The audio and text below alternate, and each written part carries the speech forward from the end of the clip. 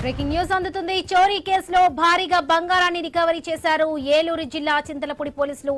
దాదాపుగా 7 కోట్ల విలువైన 4 కేజీల 490 గ్రాముల బంగారు ఆభరణాలను రికవరీ చేశారు.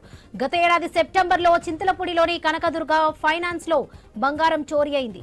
ఖాతాదారులు తాకట్టు పెట్టిన బంగారాన్ని అదే సంస్థలో పనిచేసే ఉద్యోగి వడ్లముడి ఉమా మహేష్ చోరీ చేసి నగలతో పరారయ్యాడు.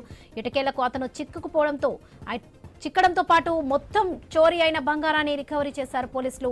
ఈ సందర్భంగా సిబ్బందిని అభినందించారు ఎస్పీ ప్రతాప్ శివకిషోర్.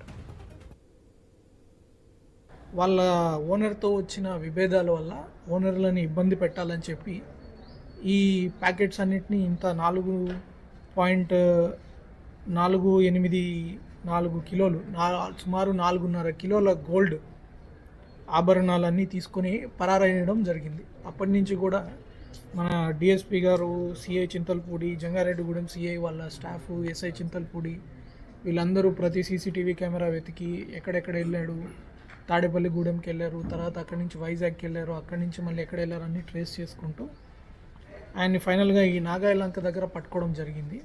పట్టుకొని ఆల్మోస్ట్ ఆయన తీసుకెళ్ళిన మొత్తం ప్రాపర్టీని కూడా రికవర్ చేయడం జరిగింది. ఒక్క చిన్న ఉంగరం ఒకటేనా, ఒక 6 గ్రాముల ఉంగరం తప్ప మిగిలిన మొత్తం గోల్డ్ ఇంటాక్ట్ ప్రాపర్టీ, ఆ ప్రాపర్టీని అంతా రికవర్ చేశారు. అంబేద్కర్ కోనసీమ జిల్లా టేకిశెట్టి